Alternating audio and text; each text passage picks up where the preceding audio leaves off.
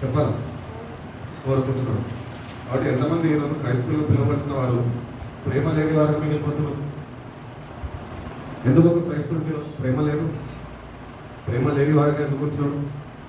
For example మన కుటుంబాలనండి, ప్రేమించాలంటే తోబుట్టులనే కొన్నిసార్లు encourage చేస్తుంటాం. ఎందుకు ఆ ప్రేమను వ్యక్తపరచలేకపోతున్నాం అంటే ఈ క్రైస్తవులంట ఇంకా కల్వరి శిల్పని అర్థం చేసుకోలేదండి. 2000 సంవత్సరాల క్రితము నీ కొరకు నా కొరకు యేసు ప్రభు వారు తను తాను అసలులోకి అప్పగించుకున్నాడు. నిన్ను నన్ను అసలు జ్ఞాపకం చేసుకున్నాడు.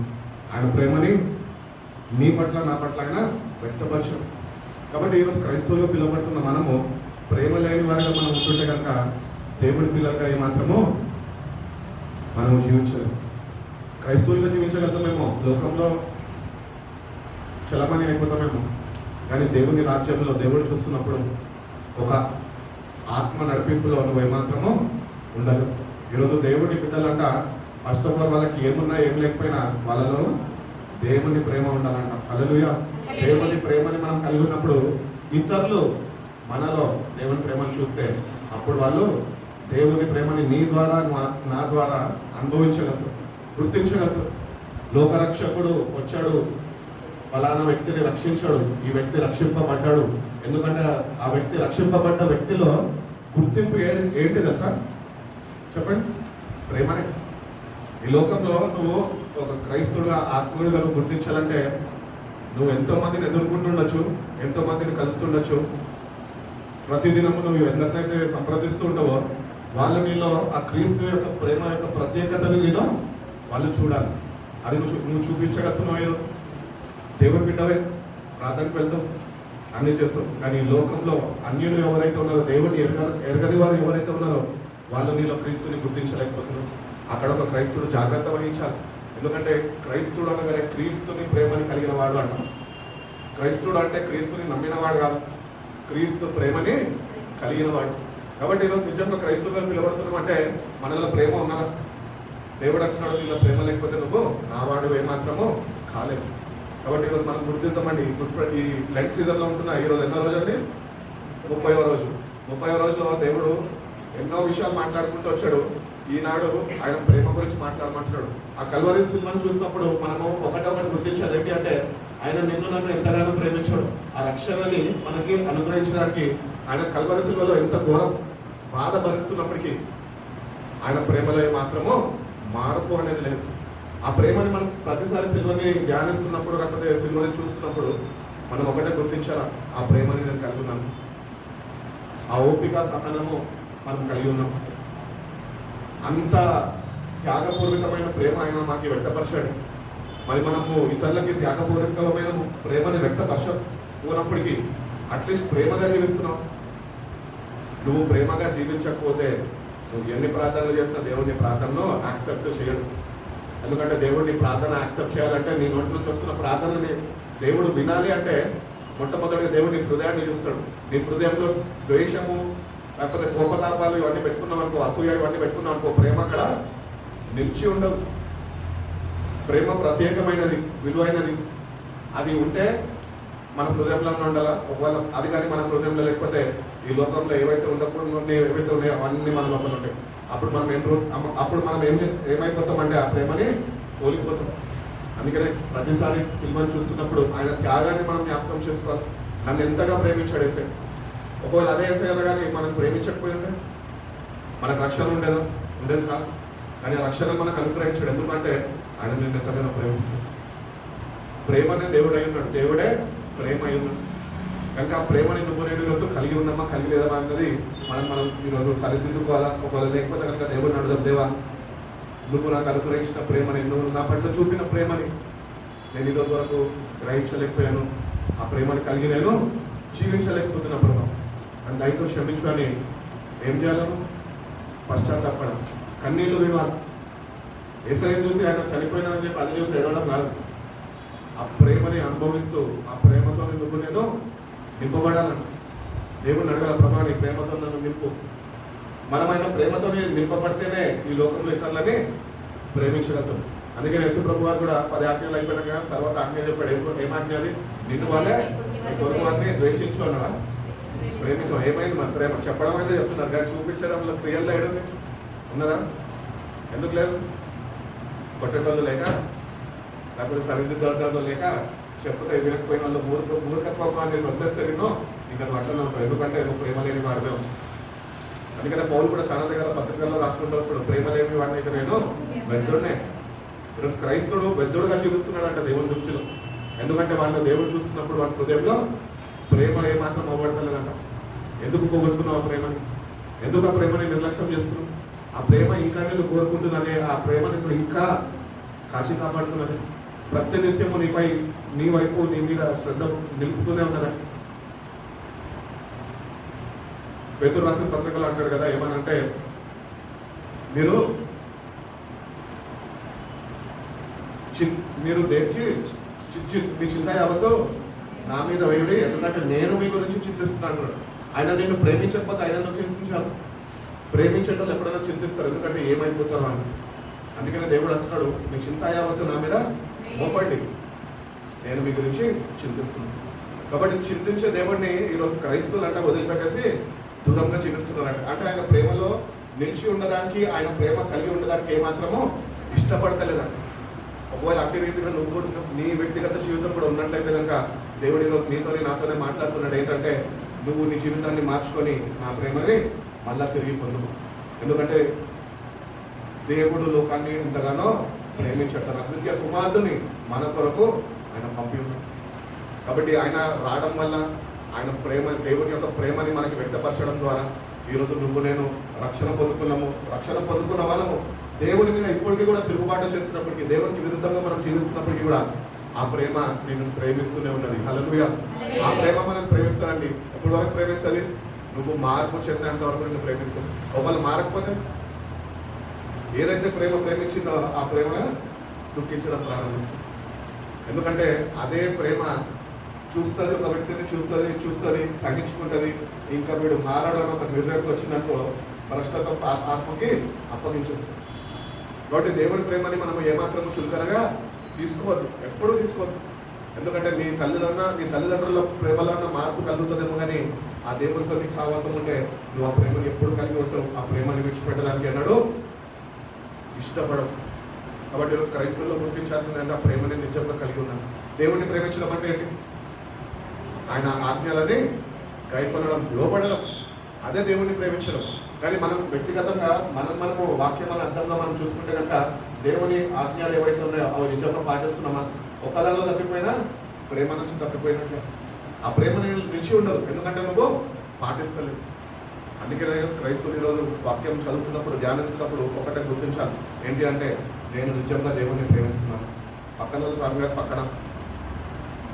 వాళ్ళు ప్రేమిస్తానండి అంటే పక్కనే దోషిస్తాడు దేవుడు. కానీ వ్యక్తిగతంగా నువ్వు దేవుని దగ్గరికి వెళ్తున్నప్పుడు నిన్ను నువ్వు ప్రశ్నించుకోవాలి. ఏంటి అంటే ప్రభువా, నేను నిన్ను ప్రేమించగలుగుతున్నాను.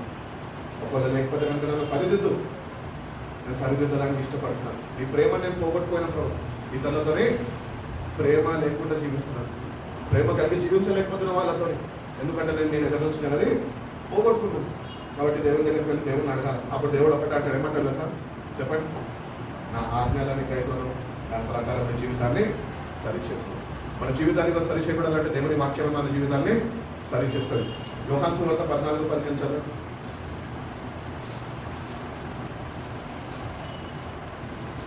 యోహాను సువార్త 14:15. మీరు నన్ను ప్రేమించిన ఎడల నా ఆజ్ఞలను కైకొందురు. ఎంతమంది కైకొంటున్నారు? ఒకసారి మిమ్మల్ని మీరు ప్రశ్నించుకోండి. నిజంగా దేవుణ్ణి ప్రేమించే వారమన్నా మనము? బోధిస్తున్నా నేను, వింటున్నా మీరు, నిజంగా దేవుని ప్రేమిస్తున్నామా? ఎవరు ప్రేమించకపోతే కనుక ఈ రోజున దేవుని దగ్గర క్షమాపణ పొందుకునే వారు ఉన్నాం. దేవా, ఈ రోజు నుంచి నీ ఆజ్ఞలను నేను కైకొంటాను, దాని ప్రకారం నా జీవితాన్ని నేను జీవించడానికి అటువంటి జ్ఞానము, అటువంటి వివేచన, అటువంటి శక్తిని నాకు అనుగ్రహించు ప్రభా. నా జీవితాన్ని నేను మార్చుకోవడానికి ఇష్టపడుతున్నాను అని నువ్వు కానీ దేవుని దగ్గరికి వెళ్తే కనుక ఆయన నిన్ను ఏ ప్రేమతో ప్రేమిస్తున్నాను బైబిల్ చెప్తున్నది? శాశ్వతమైన ప్రేమతోనే అంట. It is an ever lasting love. మార్పు లేని ప్రేమ. ఆ ప్రేమ నువ్వు నేను కలిగి ఉండాలని. అది కలిగి ఉన్నప్పుడే దేవుని రాజ్యంలో మనకి స్థానం కూడా ఉంటుంది. నువ్వు ప్రేమ లేనివాడు అయితే దేవుని రాజ్యంలోకి ఏమాత్రము చేరలేవు. నువ్వు ఎంత భక్తి చేసినా, ఎన్ని ఉపవాసాలు ఉన్నా, నువ్వు ఎంత జపాలు చేసినా తపస్సులు చేసినా ఆ పరలోక రాజ్యంలో చేరలేవు. ఎందుకంటే నీలో ప్రేమ అనేది పోగొట్టుకున్నావు. దేవుడు ఇచ్చాడు ప్రేమ ప్రతి ఒక్కరికి. ఆయన ప్రాణాన్ని ఇచ్చాడు, ఆయన కుమార్తెనే ఇచ్చాడు. మరి ఆయన చెప్పిన ప్రతి ఒక్క మాట వినకుండా మనం అది దాని ప్రకారం జీవించకుండా దేవుడిని ప్రేమిస్తున్నామని చెప్తున్నామే. ఎంతవరకు మనము అబద్ధికులుగా చేసుకుంటున్నాం. అందుకని మనం గుర్తించాలంటే ఎక్కడన్నా తప్పిపోతున్నామేమో జాగ్రత్త వహించాం. ఎందుకంటే ఆ ప్రేమలో లేకపోతే కనుక ఆ ప్రేమ స్వరూపి అయిన దేవుడు రక్షణని ఇచ్చిన వాడు ఆ రక్షణ పోగొట్టుకుంటూ నువ్వు జాగ్రత్త అని దేవుడు నీతో నాతో మాట్లాడుతున్నాడు. అందుకనే మనం దేవుని బిడ్డలుగా ఉంటున్నాము. దేవుని బిడ్డలుగా ఈ లోకంలో ఉంటున్నప్పటికీ మనం ఎట్లుండాలంట, ప్రేమని కలిగి చూపించాలంట. మనలో నుంచి క్రీస్తు ప్రేమని ఇతరులు చూడాలంట, ఇతరులకు చాటి చెప్పేవారుగా ఉండాలంట. చూడాలంటే ఒక వంతు, చాటి చెప్పాలి అంటే నువ్వు ప్రేమతో నింపబడాలి. ప్రేమ, దేవుని ప్రేమ పొందుకుంటే సరిపోదు. పొందుకుంటే మనం ఎట్లాంటి వాళ్ళం దేవునికి బాగా తెలుసు. దాన్ని ఎక్కడ ఒక దగ్గర విడిచిపెట్టేస్తే మనం కూడా తీసి పక్కకు పెడతాం. ఎందుకంటే పోట్లాడడానికి ఫస్ట్ ఉంటాం కదా. ఈ లోకంలో ఫస్ట్ గొడవాడడానికి ఉంటారు మనుషులు. ఎక్కడ అవకాశం దొరుకుతుందా, ఎక్కడ ఏం చేద్దాం. ఎందుకు అట్లాంటి మనస్తత్వం కలిగి ఉంటారంటే వాళ్ళలో దేవుని ప్రేమ మాత్రము లేదు. ఈరోజు అటువంటి వ్యక్తిగా నువ్వు నేను ఉంటే కనుక ఈరోజు దేవుని దగ్గరకు వచ్చిన మనం దేవునికి చెప్తాం, ప్రభా ఈ రోజు నుంచి నీ ప్రేమ నాకి అని అడగడం కాదు, ప్రభా నీ ఆజ్ఞలను నేను గైకొంటున్నాను, నిన్ను నువ్వు అప్పగించుకో ఆయనకి. మనం ఎప్పుడైతే అప్పగించుకుంటామో అప్పుడు ఆయన ఆజ్ఞలు ఏంటో నీకు నేర్పిస్తాడు. నేర్పించినాక ఆజ్ఞల ప్రకారం నువ్వు జీవించాలని, నువ్వు ఇప్పటి వరకు విరుద్ధంగా జీవించాలని ఒక పశ్చాత్తాప హృదయం దయచేస్తాడు. పశ్చాత్తాప హృదయం వచ్చినప్పుడు ఏమొస్తాయి? కన్నీళ్ళు వస్తాయి. కన్నీళ్ళు వచ్చినప్పుడు మనము హృదయం తేలిక చేయబడుతుంది. తేలిక చేయబడినప్పుడు దేవుని యొక్క ప్రేమతో దాన్ని నింపుతాం.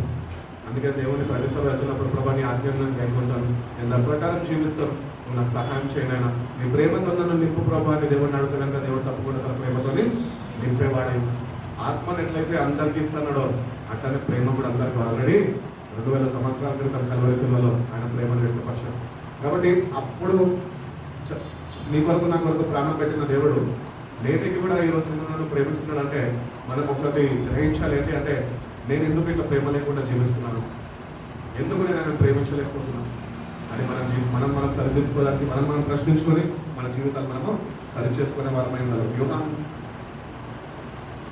రాసిన మొదటి పత్రిక 2వ అధ్యాయం 3 నుంచి 5 వాక్యాలు చదువుతున్నాను. మొదటి యోహాను రాసిన పత్రిక 2వ అధ్యాయం 3 నుంచి 5. మరియు ఆయన ఆజ్ఞలను గైకొడిన ఎడల దీని వలనే ఆయనని మనము ఎరిగి ఉన్నామని తెలుసుకున్నాము. ఆయనని ఎరిగి ఉన్నామని చెప్పుకొనుచు ఆయన ఆజ్ఞలని గైకొనని వారు అబద్ధికుడు, వానిలో సత్యం లేదు. ఆయన వాక్యము ఎవడు గైకొననో వానిలో. ఇప్పుడు ప్రేమ ఎప్పుడు కావాలంట? పరిపూర్ణం అవ్వాలంట. ఎట్లయితే పరిపూర్ణం ఎట్లయితుంది? ఆయన కట్టడలలో ఆయన ఆజ్ఞల్లో మనము నిలిచి ఉన్నప్పుడే. ఇప్పుడు క్రైస్తవులు ప్రేమ కలిగిన వారే. ఎందుకంటే చర్చికి రాగానే లోపల ఎన్ని ద్వేషాలు ఉన్నప్పుడు ఏం చెప్తాము? చిన్న స్మైల్ ఇచ్చి రిజల్ట్ సిస్టర్ అని చెప్తాం. గుర్తుంటుందే. ఎందుకంటే లోపల ఏముందంట? ద్వేషము, కోపతాపాలు, సమాధానం లేని జీవితాలుగా ఉంటున్నాయంట. కానీ క్రైస్తవులు కదా, ఇంకా దేవుడి బిడ్డలుగా మనం కూడా నటించాలి. క్రైస్తవులు అంటే నటనలో నంబర్ 1 ఉంటామని. ఒకవేళ మనం కూడా నంబర్ 1లో ఉన్నాం, నంబర్ 10కి వెళ్ళిపోదాం. ఎందుకంటే మన జీవితాలు మారాలి. నంబర్ 1లోనే నేను ఉంటాను అంటే ఎప్పటికీ మన జీవితము మారదు. అందుకనే దేవుని ఆజ్ఞలను గైకొని ఆ ప్రేమలో సంపూర్ణతలోనికి వెళ్ళాలి. సంపూర్ణతలోకి నువ్వు నేను ఈరోజు వెళ్ళాలంటే, దేవుడు మన అట్లా రీతిగా నడిపించాలంటే, మన జీవితాన్ని బలపరిచి స్థిరపరచాలి క్రీస్తు అనే బండ మీద. అంటే నువ్వు ప్రతి ఒక్క ఆజ్ఞని గైకొని నువ్వు సంపూర్ణతలోనికి దేవుని ప్రేమతోనే నువ్వు నింపబడాలా, లేకపోతే అటు రీతిగా మార్చబడాలి. మనం దేవుని దగ్గరకు వస్తున్నాం, నిజంగా ఆయన ఇచ్చే ప్రతి ఒక్కటి మనం లోపడితే కనుక మనం దేవుని కుమారులుగా ఉండగలుగుతాం, దేవుని ప్రేమని కలిగి జీవించే వాళ్ళు ఉంటాం. ఇక్కడ అంటున్నాడు కదా, ఒకవేళ ఎవరైనా చెప్తే నేను దేవుడిని ప్రేమిస్తున్నాను కానీ వారి ఆజ్ఞలు గైకొనకపోతే కనుక వాడవాడంట అబద్ధికుడు అంట. అంటే అబద్ధికుడికి జనకుడు ఎవరు? మన అన్నగాడు ఉంటాడు కదా, వాడన్నమాట. అంటే నువ్వు మానసికంగా ఉంటావు. అందుకని అబద్ధికుడు అని అంటున్నాడు కదా. ఒకవేళ అబద్ధం నీలో నిలిచి ఉందేమో ఈరోజు, అబద్ధం నీలో నిలిచి ఉంటే ప్రేమ నీళ్ళు విడిచిపెట్టి వెళ్ళిపోతుంది. ఎందుకంటే నువ్వు అబద్ధాన్ని కోరుకున్నావు. అందుకని మనం మీరు చాలా జాగ్రత్తగా గుర్తించాలి. ఏంటి అంటే, నేను అబద్ధము చెప్పను. దేవుడు నన్ను చూస్తున్నాడు. దేవుని దగ్గర యథార్థంగా ఉండడం నేర్చుకుంటే నువ్వు అందరితో యథార్థంగా ఉండడము నేర్చుకుంటావు. మనం దేవుని దగ్గర యథార్థంగా ఉంటాం కదా. ఛాన్సార్లు దేవుని దగ్గరికి వెళ్ళి అన్నీ అడుగుతాం, దేవుణ్ణి అవసరతలు అన్నీ అడుగుతాం, కానీ చేసే పాపాలు ఏమాత్రమో ఒప్పుకోదానికి ఇష్టపడ్డాం. అది అప్పుడు ఏమంటాం? అర్థమైనప్పుడు నువ్వు దేవుని దగ్గర అబద్ధాలు ఆడుతున్నావు, కప్పి పెట్టుకుంటున్నావు. అందుకనే మీ పాపాలు మీరు కప్పి పెట్టుకోవద్దు, ఒప్పుకొని విడిచిపెట్టండి అంటున్నాడు దేవుడు. అందుకనే మనం దేవుని దగ్గర వెళ్తున్నప్పుడు కప్పి పెట్టుకోవద్దు. ఏమన్నా దేవుడికి చెప్పు, ఏమి చేసావో చెప్పు, పర్వాలేదు. ఆయన ఏం ఫీల్ కాదు, మనుషులు ఫీల్ అయినట్టు ఆయన ఫీల్ అయ్యా దేవుడు కాదు. ఆయన ఎల్లకాలము మార్పు లేని వాడుగానే ఉంటున్నాడు. నేను ఎట్లయితే ప్రేమిస్తున్నాడు అదే ప్రేమ నీ పట్ల ఈ రోజు కూడా వ్యక్తపరుస్తున్నాడు. అందుకని ఆ ప్రేమని మనం గుర్తించి ఈరోజు దేవుని దగ్గరికి వెళ్ళి, ప్రభా నేను కూడా యథార్థంగా నీ దగ్గర ఉంటాను ప్రభా, యథార్థంగా నీ ఆజ్ఞలను కైకొంటాను, దానికి లోబడి జీవిస్తాను, దాని ప్రకారం నా జీవితాన్ని నువ్వు సరిచే ప్రభా, నువ్వు నేను దేవుడిని నడతానంట. దేవుడు తప్పకుండా మనకి సహాయం చేస్తాను అని దేవుడు తెలియజేస్తున్నాడు. అంటే ఈరోజు మనకి ఏముండాలా? ప్రేమ కలిగి ఉండాలి. ఎంతమంది కలిగి ఉంటారు నిజంగా చెప్పండి, చేతులు చూపెట్టండి. ఎంతమంది నేను దేవుని ప్రేమని కలిగి ఉంటాను? ఇష్టం లేదా అంటే మీకు ఇక్కడ నేర్చారు ఇంతసేపు బోధ చేయడం ఎందుకు? నేను ముగించుకున్నాం, కళ్ళు మూసుకున్నాం, ప్రార్థన చేస్తాం. చేతులు లేపండి. దేవుని ప్రేమ నాకు కూడా కావాలండి, దేవుని ప్రేమ నాకు నింపబడాలి అని చేతులు లేపండి. దేవుడు చూస్తున్నాడు. ఫిలిప్పన్న చూస్తారు, ఫిలిప్పన్న వెనకాల 10 కిలోల ప్రేమ దాగిలేదు ఇయ్యడానికి. అర్థమైందా? దేవుడు చూస్తున్నాడు. దేవుడి సందులో వాక్యం పెట్టినప్పుడు దేవుడు వాక్యం ద్వారా నీతోనే నాతోనే మాట్లాడుతున్నాడు. కాబట్టి దేవుడికి చెప్పాలి, ప్రేమ నాకు కూడా ప్రేమ కావాలి ప్రభా, ప్రేమతో నన్ను నింపు. మనం ఎప్పుడైతే ఆసక్తి కనపరుస్తామో అప్పుడు దేవుడు తన ఆజ్ఞలు ఏవైతే అవి మనం నేర్పిస్తాడు. నువ్వు ప్రేమనే లేనప్పుడు, ప్రేమ లేని వ్యక్తి ఎట్లుంటాడు తెలుసా? లోబడని వ్యక్తిగా ఉంటాడు. ఈరోజు మనం ఎట్లున్నాము? ప్రేమ లేని వారుగా చెయ్యి కూడా పైకి లేస్తానంటే వద్దు మాకు వాక్యం, దేవుడు వద్దు, వాక్యం వద్దు, ఎవరద్దు. ఏదో లెండ్ సీజన్ కాబట్టి ప్రతిదినం నువ్వు ఫీల్ అవుతావేమో అని వస్తున్నాం అనేటోళ్ళు లేక పోలేదు. నాకు అవన్నీ అనవసరం, ఎవరు వస్తారో ఎవరు రావగా. నేను ఒకటే చెప్పగలను, వచ్చిన మీరు దేవుని ప్రేమని కలిగి ఉండాలా, లేకపోతే దేవుడు అనుగ్రహించిన రక్షణని పోగొట్టుకుంటాం. అందుకని దేవుని దగ్గరకు వస్తున్నప్పుడు దేవుని దగ్గర ప్రభా నీ ప్రేమతో నన్ను నింపారు. ప్రతిదినము మనం ప్రార్థన చేసుకునే వాళ్ళు ఉన్నాం. ఎందుకంటే ప్రేమ శ్రేష్టమైనది. ప్రేమ దయాలత్వము దీర్ఘశాంతము అన్నింటిలో శ్రేష్టమైనది ప్రేమనే. నువ్వు ప్రేమ కలిగి ఉంటే ఇవన్నీ నీకు కలిగి ఉంటాయి. ఈరోజు యేసయ్య ప్రేమ కలిగి ఉన్నాడు కనుకనే ఆ సిల్వలో మరణాన్ని స్వీకరించాడు. సంతోషంగా నీ కొరకు నా కొరకు ఆయన తను తాను అప్పగించుకున్నాడు. అసలు మీకు అసలు యేసయ్యని సిల్వేశారని అంటూ ఉంటాం కదా, చదువుకుంటూ ఉంటాం కదా. అసలు యేసయ్యని గెసమనే తోటకు వచ్చి వాళ్ళు ప్రార్థన చేసినప్పుడు ఆయన తీసుకొని వెళ్ళారు. ఆయన ఇష్టపూర్వకంగా వెళ్ళారా లేకపోతే లాక్కొని వెళ్ళారా? ఈడ్చుకుంటూ ఇష్టపూర్వకంగా వెళ్ళారు. అక్కడ ఇష్టపూర్వకంగా అక్కడ కూడా ప్రేమను కనపరచాడు. ఆయనకు తెలుసు ఆయన వీళ్ళు చిత్రహింసలు పెడతారు, ఈయనని కొరడాతో కొడతారు, మొత్తం శరీరాన్ని దున్నేస్తారు, నన్ను సిలువను వేస్తారు, నేను చనిపోతానని తెలుసు. తెలిసిన వాడు కూడా ఏం చేయాలా? మనమైతే ఏం చేస్తాము? ఎట్లన్నా వీళ్ళు చంపేస్తారు కాబట్టి దొరికితే ఛాన్స్, వాడు ఒక్కటి కొడితే నేను పదన్నా కొట్టద్దా అన్న దీని మీద వేషాన్ని పెట్టుకొని సావధానికన్నా సిద్ధపడతాం. కానీ ప్రేమను చూపించి చనిపోదామన్న విధానం మనకు తెలియదు. ఎందుకంటే మనం దేవుని ప్రేమించలేదు, దేవుని ప్రేమలో మనం లేవు. అందుకనే మొట్టమొదటి హతసాక్షి ఎవరు? అపోస్తుల కార్యాలు స్టెఫెన్ ఏం ప్రేమను వ్యక్తపరిచాడు? ఆయన నేర్చుకొని వచ్చి రాళ్లతో రువ్వి ఆయనను చంపేస్తుంటే ఆకాశం వైపు తిరిగి తండ్రి వీళ్ళ మీద ఈ దోషాన్ని రానియకు అని చెప్పి ప్రార్థించారు. అక్కడ ఏం చేశాడు స్టెఫెన్? క్రీస్తు యొక్క ప్రేమని వ్యక్తపరిచి. నేను ఆలోచిస్తున్నప్పుడు నేను అనుకున్న స్టెఫెన్ చూసి ఈ అపోస్తుల కార్యాలు ఆత్మ దేవుడు సంఘం మీదకి దింపినప్పుడు ఈ స్టెఫెన్ చూసి ఈ స్టెఫెన్ జీవితం ద్వారా ఆయన ప్రేమ వ్యక్తపరచడం ద్వారా ఎంతో మంది రక్షణలోకి వచ్చి ఉంటారు. హల్లెలూయా. ఎందుకంటే ప్రేమ అంత బలమైనదండి. ఆ ప్రేమని నువ్వు నేను కలిగి లేకపోతే మనం బలహీనంగానే మిగిలిపోతాం. అందుకని బలహీనంలో ఉండదు, కానీ ప్రతినిత్యము దేవుని ప్రేమతో బలం పొందుకునే వారమై నువ్వు నేను ఉండాలని దేవుడు తెలుసు. అదే యోహాను రాసిన మొదటి పత్రికకి 5వ అధ్యాయం 2-3 కదండి. మనం దేవుని ప్రేమించు, ఆయన ఆజ్ఞలను నెరవేర్చి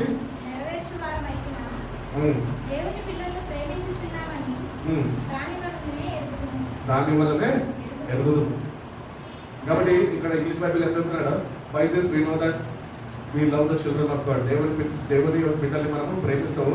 when we love God and obey His commandments, for this is the love of God, that we keep His commandments and they are not burdensome. దేవుడు ఇచ్చే ఈ ఆజ్ఞలు ఏవైతే ఉన్నాయో అవి భారమైనవి కాదట, తేలికవి.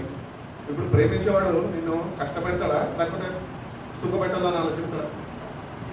నువ్వు కూడా సంతోషంగా ఉండాలని, నీకే బాధ రాకూడదని ఎదురు చూస్తుంటాడు, అతిథిగానే జీవించాలని అనుకుంటాడు. దేవుడు కూడా ఇక్కడ అదే చెప్తున్నాడు, ఏంటి అంటే నా ఆజ్ఞలు ఇచ్చాను అవి మీకు భారమైనవి కాదు, మీరు ఎందుకు దాన్ని గ్రహిస్తలేదు? చాలా మంది అనుకుంటారు, అమ్మో నిజమైన క్రైస్తవులుగా జీవించాలంటే మన వల్ల కాదండి, చాలా కష్టం అండి. ఎందుకు కష్టం? అక్కడ వాక్యం చెప్తుంది, అది కష్టకరము కాదు, అవి తేలికవి సులభమైనవి. అవి ఎప్పుడు అట్లా తేలికగా సులభంగా మారుతాయి అంటే ఎప్పుడైతే నువ్వు దేవుని ప్రేమని రుచి చూస్తావు. అందుకని వాక్యంలో అంటాడు, కీర్తనలో రుచించి చూడు ప్రభు ఉత్తముడే. మనం రుచి చూడాలండి, దేవుడిని రుచి చూసినప్పుడు ఆ ప్రేమ ఏంటో మనకి దాని విలువ తెలుస్తుంది. ఈరోజు క్రైస్తవుడిగా పిలువబడిపోతే క్రైస్తవుగా జీవించేస్తుంటే ప్రేమ లేకున్నాడు అయితే నువ్వు ఆయన ఇంకా రుచి చూడాలి అంతే. ఆయన నీ కొరకు చేసిన త్యాగంకి విలువ లేకుండా అయిపోయింది.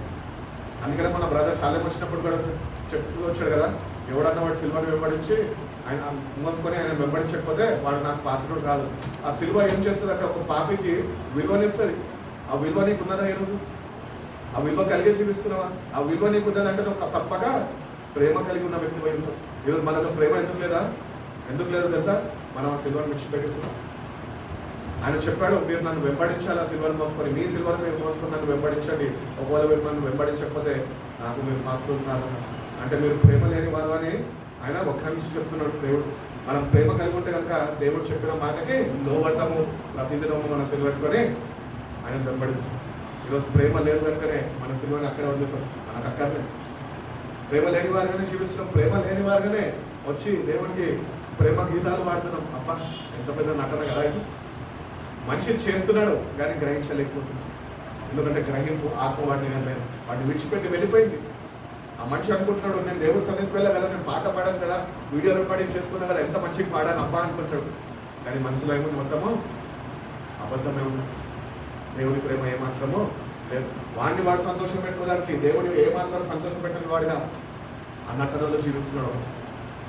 ఆ నటన నుంచి నువ్వు గుర్తించి బయటకు వస్తే కనుక దేవుడు అంటున్నాడు, నా ప్రేమతో నేను నిన్ను నింపుతాను, నా ప్రేమ కలిగి నువ్వు జీవించగలుగుతావు. కాబట్టి దేవుని దగ్గరకు వస్తున్నప్పుడు అవి భారమైనవి కాదు అని ఎప్పుడు గుర్తించు. అవి నిన్ను బాగు చేసేవి మాత్రమే. దేవుని ఆజ్ఞలు ఏం చేస్తాయంట, అవి మనం అనుకుంటూ ఉంటామో భారమైనవి, మనము పాటించలేమో అని అనుకుంటుంటాం. ఎందుకంటే మనకు లోక జ్ఞానం అంతే. కానీ దేవుడు అంటున్నాడు, మీరు కానీ నిజంగా నా ప్రేమని కోరుకొని నా ఆజ్ఞలను కైకొట్టే కనుక అవి భారకరమైనవి కాదు, కానీ అవి బాగు చేసేవి మాత్రమే. నీ జీవితాన్ని బాగు చేస్తావు. దేవుని ప్రేమ లేనిందుకు దేవుని ప్రేమని కలిగి జీవించే వ్యక్తిగా నిన్ను మారుస్తుంది. దేవుని ప్రేమలో ఉన్న గొప్పతనం ఏంటంటే ఎంత పెద్ద ఘోర పాపినైనా అది తలంచుకుంటే వెంటనే మార్చేస్తుంది. ఆ ప్రేమలో ఉన్న శక్తి అది. ఆ ప్రేమలో ఉన్న పునరుద్ధార శక్తితో దేవుడు అద్భుత కార్యాలు మన జీవితంలో చేయాలని ఆశపడుతుంది. కానీ నువ్వే ఆ ప్రేమని కోరుకునే వాడిగా ఏమాత్రం మన ప్రేమను కోరుకోవాలంటే దేవుని దగ్గరకు వస్తున్నాం మనం, దేవా ప్రేమను కలిగే జీవిస్తాం ప్రభా, ప్రేమ లేకపోతే నాకు ఈ లోకంలో ఏమొద్దు ప్రభా అని నువ్వు ఒక తీర్మానం చేసుకుంటే కనుక దేవుడు తప్పకుండా నీకు నాకు సహాయము ఆయన చేస్తానని తెలియజేస్తున్నాడు. యోహాను రాసిన 2వ పత్రికకి వెళ్దామండి. యోహాను రాసిన 2వ పత్రిక 1వ అధ్యాయము 6వ వాక్యం. ఆయన ఆజ్ఞల ప్రకారము అక్కడేమో గైకొంటే ఇక్కడేమో నడుచుటయే ప్రేమ. చదువు. మీరు మొదటి నుంచి ప్రేమలో నడుచుకునే వాళ్ళని ఆజ్ఞ. కాబట్టి మనం ఏమంట, ప్రేమలో నడుచుకోవాలంట. ప్రేమలో నడుచుకోవడం అంటే ఇప్పుడే చదువుకున్నాం కదా కొంత వాక్యాల్లో, ఆయన ఆజ్ఞలో పాటించడమే. ప్రేమలో నడుచుకోవడం అంటే ప్రేమ చూసి లేకపోతే పువ్వుల కింద పెట్టి పువ్వులు తొక్కడం కాదు. ఆయన ఆజ్ఞలని గైకొని దాని ప్రకారం మన జీవితాలు నడిపింపబడాలి. అప్పుడే నువ్వు ప్రేమని కలిగి జీవించాలి. ఈరోజు మనం ఆజ్ఞలు గైకొనక అక్కడేమో ఆజ్ఞలు గైకొనన్నాడు, ఇక్కడేమో దానిలో నడుచుకోమంటున్నాడు. ఇప్పుడు నడుచుకోవాలంటే నువ్వు వాటిని పాటించేవాడు ఉన్నావు, అనుసరించేవాడు ఉండాలి. దేవుడు చెప్పాడు కదా, ఎవరో చెప్తే ఎవడో మనిషి కాబట్టి చెప్పాడు నేను పాటించాలంటాం, కానీ దేవాది దేవుడే చెప్పాడు కదా. మనం అది గైకొని దానిలో నడుచుకునే వారమై ఉండాలి అని దేవుడు తెలియదు. క్రైస్తవులు ఎందుకు నడుచుకోలేకపోతారు చెప్పాలా? చెప్పండి ఎవరు అక్కడ గైకొన్నాడు. సరే అన్న మేమందరం గైకొనే బ్యాచ్, సరే ఇప్పుడు నడుచుకునే బ్యాచ్ ఎవరు? ప్రతిదినము వాక్యం చదువుకొని ప్రార్థన చేసుకొని దేవుని దగ్గరతోని ప్రతిదినము ప్రేమ పొందుకునేవారు ఈ రెండో బ్యాచ్ అనమాట. అంటే వీళ్ళు నచ్చే బ్యాచ్. ఇప్పుడు మన జీవితాలు మనం దాన్ని కంపేర్ చేసుకుంటే, దాన్ని పోల్చి చూస్తే మనము బైబిల్ చదవము, ప్రార్థన చెయ్యము, మనకి ఇష్టం వచ్చినట్టు మనం జీవిస్తూ దేవాన్ని నేను ప్రేమిస్తున్నాను, దేవుడికి అబద్ధం చెప్పేవారుగా ఉండిపోతుంది. కాబట్టి మనము కైకొనేవారుగా మనం ఉన్నామేమో ఒకప్పుడు, కానీ ఈరోజు దేవుడు అంటున్నాడు నువ్వు నడుచుకునేవాడిగా మారాలి. ప్రతిదినము నడవాలంటే ప్రతిదినము వాక్యము చదవాలి. ప్రతిదినం ఎక్కడ తప్పిపోతున్నా వాక్యం నీకు ఎత్తి చూపుతుంటే ఆ వాక్యం చేత సరిచేయబడుతూ నువ్వేం చేయాలంటే నువ్వు ఆయన చేతికి అప్పగించుకోవాలి. అప్పుడు నీ జీవితంలో మార్పు అనేది మనం కలిగి ఉంటామని దేవుడు తెలియజేస్తాడు.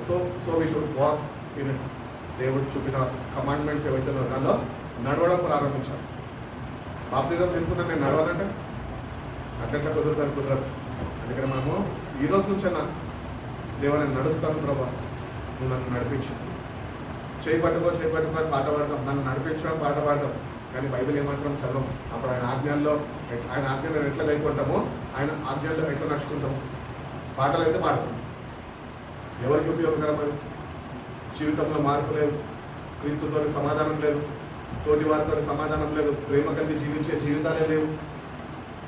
కానీ పిలువబడుతున్నావు క్రైస్తవుడు అని. అంత దౌర్భాగ్య స్థితిలో సంఘాలు ఉంటున్నాయి. అటు రీతిగా నువ్వు కూడా ఒకవేళ ఉన్నట్లయితే కనుక ఈ రోజు నుంచి అన్న కైకోను దేవుడు ఎందుకో చెప్తున్నాడు, దాని ప్రకారం నడుచుకోవడానికి ప్రారంభించు. దేవుడికి చెప్పు ప్రభా నేను ఈ రోజు నుంచి నడుచుకుంటాను, నా చేయబట్టి నువ్వు నన్ను నడిపించు ప్రభా. ఆయన కానీ నడిపించకపోతే మనము నడవలేము.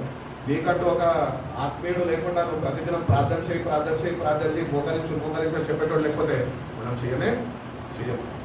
వాళ్ళకు అవసరం ఉంది, వాళ్ళు చేసుకుంటారు, మనకేందు. మళ్ళీ ఫోన్ అయితే చేసి చెప్తారు అన్న ప్రార్థన చేయడం గురించి. అట్లుంటే ఎట్లమ్మా దేవుని ప్రేమను పోగొట్టుకుంటాం. అటు రీతిగా కాక మనం దేవుని ప్రేమని కలిగే ఉండాలి అని దేవుడు కోరుకుంటాం. కాబట్టి ఈ రోజు నుంచి ఉన్న ప్రేమలో ఆయన ఆజ్ఞల్లో నడుచుకునే వారమై ఉన్నాం. నువ్వు నడుస్తూ ఉంటే ఇష్టపడితే దేవుడు కూడా ఇష్టపడతాడంట. ఏమని తెలుసా? నా ప్రేమతో ఈయనని ఈ వ్యక్తిని నేను నింపుతాను, మనం నింపబడాలని. అంటే నువ్వు ప్రతిదినము వాక్యం చదవాలా, కైకొనాలా, వాక్యం చదవాలా, దాని ప్రకారం ప్రార్థన చేసుకోవాలా. ప్రార్థన చేసుకున్నప్పుడు దేవుని దృష్టికి ఏదో పై భక్తి అని కాదు, కానీ యథార్థమైన ప్రార్థన ఉంటే అప్పుడు దేవుడు నీలో ఒక కార్యాన్ని కలిగిస్తాడు. ఆ ప్రేమతో నిన్ను నింపుతాడు. ఆ ప్రేమలో ఎట్లా నడవాలో నిన్ను నేర్పిస్తాడు. ఆ ప్రేమలో నిన్ను బలపరుస్తాడు. ఒక క్రైస్తవుడు వాక్యం చేత దేవుని ప్రేమతో బలపడాలని, వాక్యాన్ని అంత ఏమంటారు అంత శ్రద్ధ వహించి ప్రేమించాలి వాక్యాన్ని. ఈరోజు మనం దేన్ని ప్రేమిస్తున్నాం? ఈ లోకంలో అన్నింటినీ ప్రేమిస్తాం, కానీ బైబిల్ చదవాలంటే కొద్దిగా ఎట్లుంటుంది అంటే కొద్దిగా బద్ధకం ఉంటుంది. అవసరమా ఇప్పుడు మరి సేపైనా చేద్దాంలే, అది ఎవరో చెప్తలే, నీలో ఉన్న పాపం నిన్ను చదవనిస్తాను. అందుకని వాక్యం దగ్గర వెళ్తున్నప్పుడు అశ్రద్ధ అస్సలు జాగ్రత్త వహించండి. It is a duty for a Christian to go to దేవుని దగ్గరికి వెళ్ళి ప్రతిదినము వాక్యం చదవాలి. వాక్యం చదివి దాని ప్రకారం ప్రతిదినము వాడి జీవితాన్ని సరి చేసుకోవాలి. అటు రీతిగానే ప్రార్థన చేసుకోవాలి. ప్రార్థన చేసినప్పుడు దేవుడు అనుగ్రహించిన పరిశుద్ధాత్మ దేవుడు నీలో ఒక కార్యశక్తి కలిగజేస్తాడు. పరిశుద్ధాత్మ వచ్చేసాయి నన్ను మార్చేసాయి అంటే మ్యాజిక్ కాదు.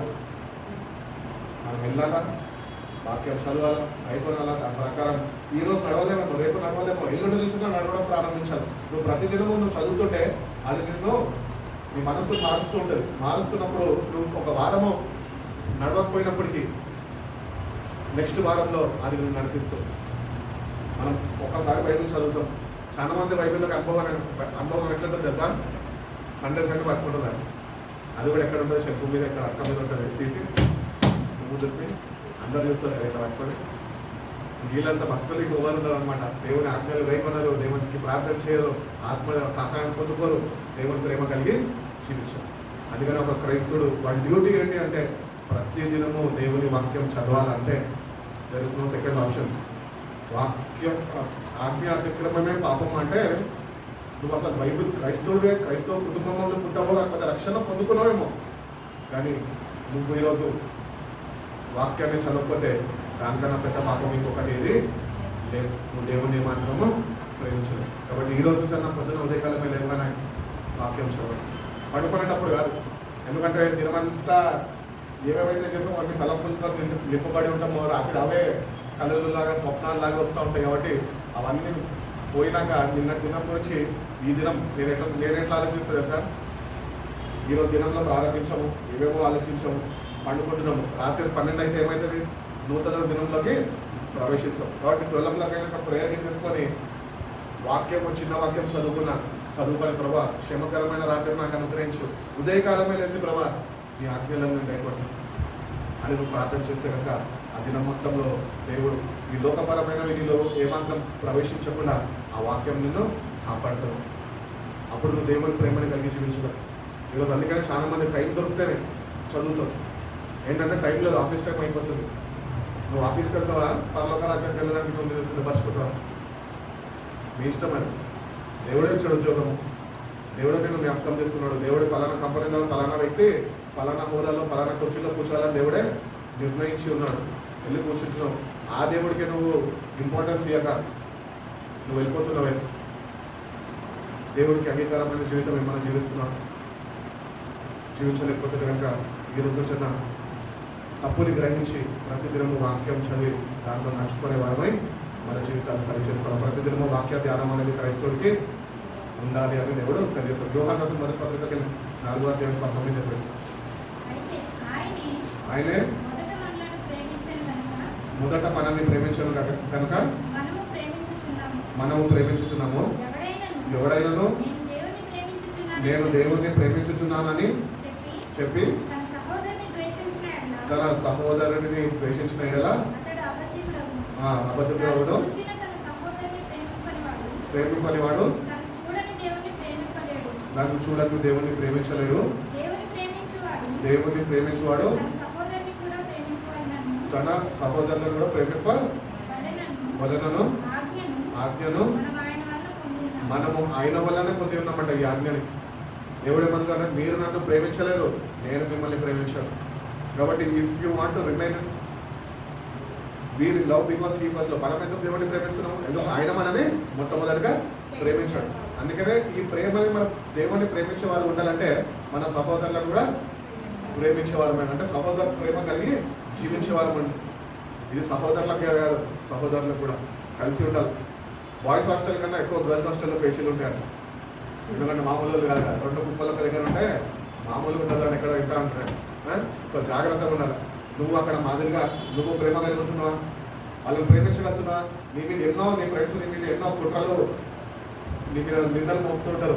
నువ్వేం చేస్తావు అంటే ఉన్న కాస్త ప్రేమను వదిలిపెట్టి కుట్రల్లో నేను కూడా మీతోని పోట్లాడుకుందాం రండి, నా కుప్ప గట్టిదా నీ కుప్ప గట్టిదా అన్నట్టు ప్రేమ లేకుండా జీవిస్తారు. అట్టి రీతిగా కాదండి.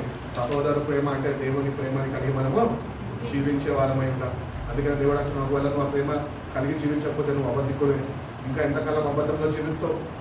ఈరోజు బయటకి ఒకవేళ అబద్ధంలో నేను జీవిస్తూ నువ్వు చనిపోతే కనుక నువ్వు దేవుడి రాజ్యంకి ఏమాత్రము చేరలేవు.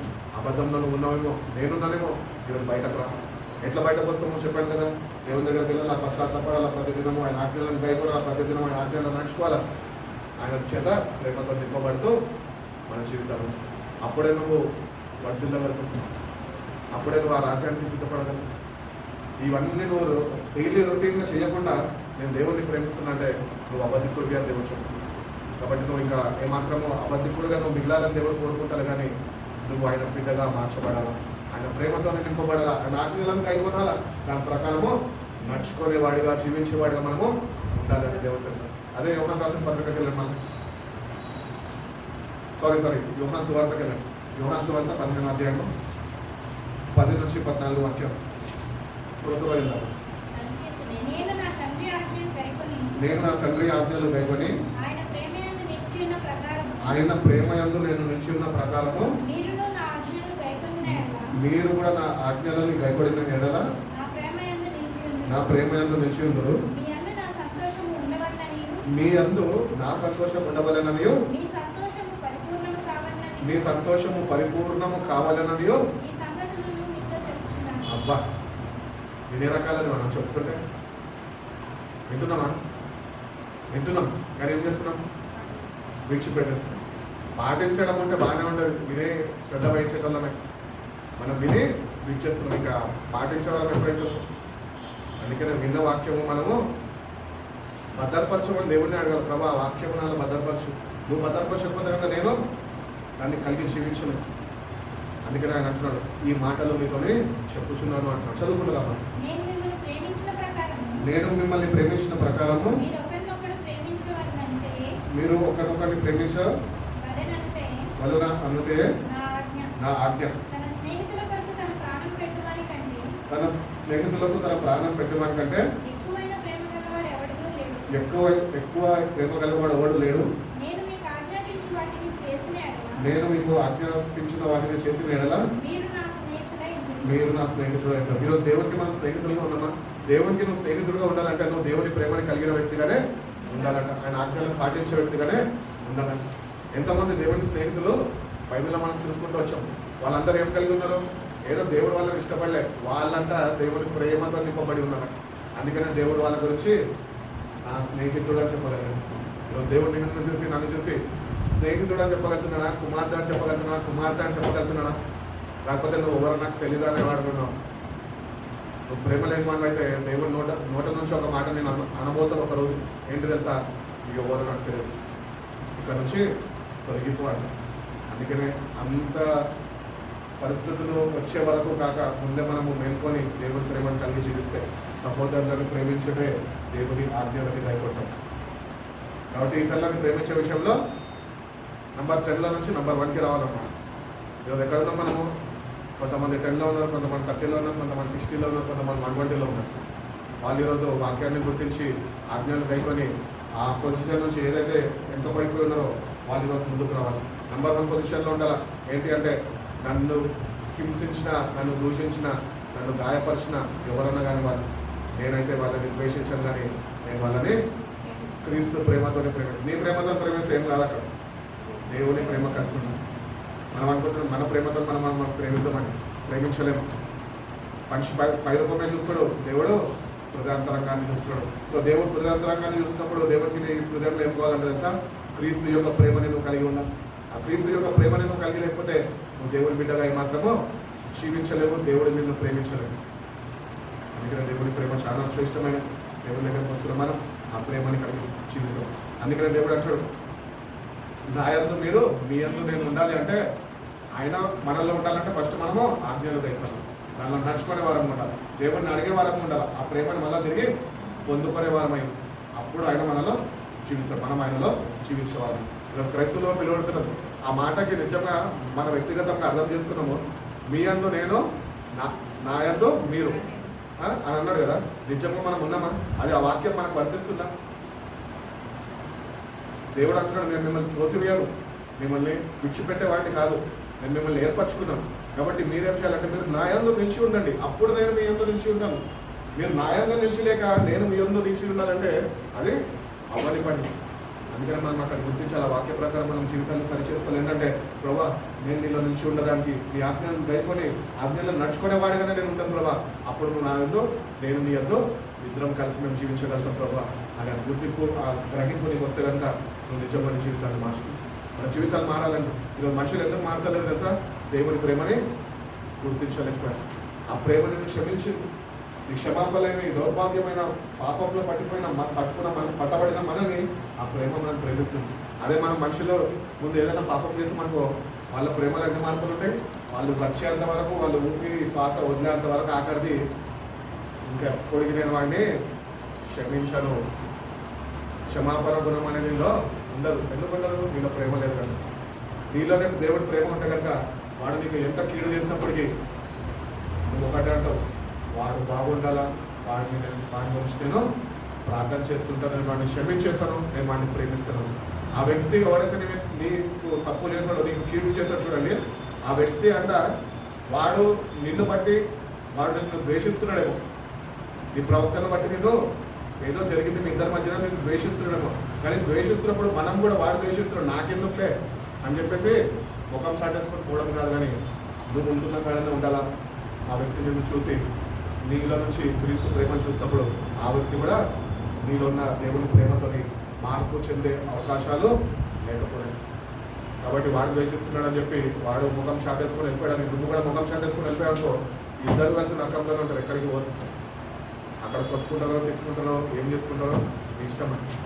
అందుకనే ఎవరైనా మనం ద్వేషిస్తున్నా, మనకి బాధ పెడుతున్నా, నువ్వైతే దేవుని ప్రేమను కలిగిన వ్యక్తిగానే ఆ వ్యక్తితో సమాధాన పడిపోయి, దేవునితో సమాధాన పడిపోయి, ఆ వ్యక్తి కనిపించినప్పుడల్లా ముందు తిప్పడం కాదు, ఒక చిన్న స్మైల్ దేవుని ప్రేమలో వ్యక్తపరచడం.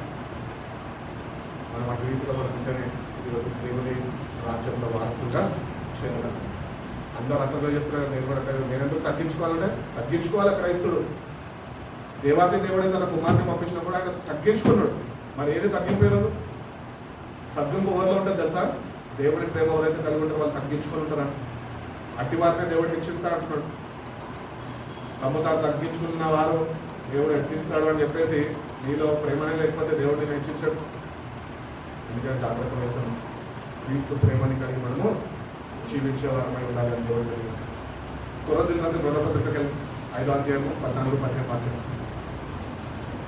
కొరింథీయులకు అమ్మా, క్రీస్తు ప్రేమ మమ్మల్ని బలవంతము చేయుచున్నది. ఎలా అనగా అందరి కొరకు ఒక్కడు మృతి పొందను గనుక అందరూ మృతి పొందననియు జీవించేవారు ఇక మీదట మన కొరకు కాక